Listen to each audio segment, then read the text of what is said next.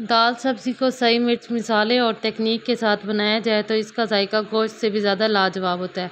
बिस्मिल्लाहिर्रहमानिर्रहीम, अस्सलाम वालेकुम। शेखपुर देसी किचन व्लॉग में आप सबका वेलकम। उम्मीद करती हूँ कि आप सब खैरियत से होंगे। आज आपके लिए ले आए हैं बहुत ही मज़ेदार सूखा साग और चना दाल की रेसिपी, जिसको बनाना तो बहुत आसान है और खाने में ये बहुत ही ज़्यादा लाजवाब लगता है। तो टाइम ज़ाया नहीं करते हैं रेसिपी को स्टार्ट। बिस्मिल्लाहिर्रहमानिर्रहीम। सबसे पहले यहाँ पे हमने सूखा साग लिया, जिसको हमने सर्दियों के मौसम में छाँव पर पहले से ही सुखा लिया था। जो लोग रेगुलर मेरी वीडियो देखते हैं उनको पता होगा कि हमने किस तरह से इसको सुखाया था। साग को हमने एक बाउल में डाल देना है और इसको हमने पानी के साथ अच्छी तरह से वॉश कर लेना है, ताकि इसमें जितनी भी डस्ट मौजूद है वो अच्छी तरह से ख़त्म हो जाए। कम से कम भी हमने इसको 3 से 4 मरतबा अच्छी तरह से वॉश कर लेना है। और जब ये अच्छी तरह से वॉश हो जाएगा तो फिर उसके बाद हम इसको बॉयल कर लेंगे। जब हम साग को बॉयल करेंगे तब हम इसमें 1 चम्मच नमक का भी ऐड कर देंगे और मीडियम फ्लेम पे हमने इसको 20 से 25 मिनट तक कुक कर लेना है। और माशाल्लाह से साग अच्छी तरह से पक चुका था, गल चुका था। उसके बाद हमने इसको एक प्लेट में डाल देना। अच्छा, यहाँ पे हम इसमें चना दाल भी ऐड करेंगे। चना दाल को भी हमने अलग से ही बॉयल कर लिया था। अगर हम इसको साग के साथ बॉयल करते तो फिर ये कच्ची रह जाती। उसके बाद हमने एक खुला सा बर्तन लेना है, उसमें 3 चम्मच घी के ऐड करने हैं। घी को हम गर्म कर लेंगे और उसके बाद हम इसमें 2 बारीक कटे हुए प्याज ऐड कर देंगे। प्याज को हम लाइट सा फ्राई करेंगे, फिर उसमें हम लहसुन अदरक का पेस्ट ऐड कर देंगे। अच्छा, बाज़ रेसिपी ऐसी होती है जिसमें हम लहसुन अदरक का पेस्ट और प्याज को हम ब्राउन कर लेते हैं। इस रेसिपी में ना हम लहसुन अदरक का पेस्ट और प्याज को हम ब्राउन नहीं करेंगे, लाइट सा इसको फ्राई करेंगे। उसके बाद फिर हम इसमें टमाटर ऐड कर देंगे।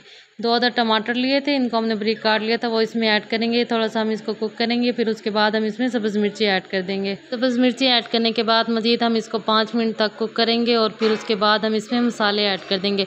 अच्छा, यहाँ पे हम मसाले घर के इस्तेमाल करेंगे। घर के मसालों से टेस्ट बहुत अच्छा आता है। सबसे पहले हम इसमें आधा चम्मच नमक ऐड करेंगे, क्योंकि पहले ही हमने इसमें 1 चम्मच नमक का डाला था जब साग को बॉयल किया था। उसके बाद यहाँ पे हमने 1 चम्मच पिसा हुआ धनिया ऐड किया है। आधा चम्मच यहाँ पे हम हल्दी पाउडर ऐड करेंगे और 1 चम्मच यहाँ पे हम लाल मिर्च पाउडर का ऐड करेंगे। लाल मिर्च पाउडर ऐड करने के बाद हमने इसको अच्छी तरह से कर लेना है मिक्स, और मज़ीद 5 मिनट तक हमने इसको अच्छी तरह से कुक कर लेना है। और फिर उसके बाद हम इसमें साग ऐड कर देंगे 5 मिनट गुजर जाने के बाद। इसी दौरान अगर आप हमारे चैनल पर नए हैं और अभी तक आपने हमारे चैनल को सब्सक्राइब नहीं किया तो शेख फूड को लाजमी सब्सक्राइब कीजिएगा। एक प्यारा सा कमेंट कर दीजिएगा, वीडियो को लाइक कर दीजिएगा, वीडियो को शेयर कर दीजिएगा। माशाल्लाह से मसाला तो अच्छी तरह से भून चुका था। उसके बाद हमने इसमें साग ऐड कर दिया है। साग ऐड करने के बाद हमने इसको अच्छी तरह से कर लेना है मिक्स। उसके बाद जो हमने चना दाल बॉयल करके रखी थी वो भी हम इसमें ऐड कर देंगे और अच्छी तरह से इसकी भी हम मिक्सिंग कर लेंगे, ताकि जो साग और चना दाल में मसाले का सारा जायका ऐड हो जाएगा। अच्छी तरह से मिक्सिंग करने के बाद फिर हमने इसमें 2 चम्मच दही के ऐड कर देने हैं।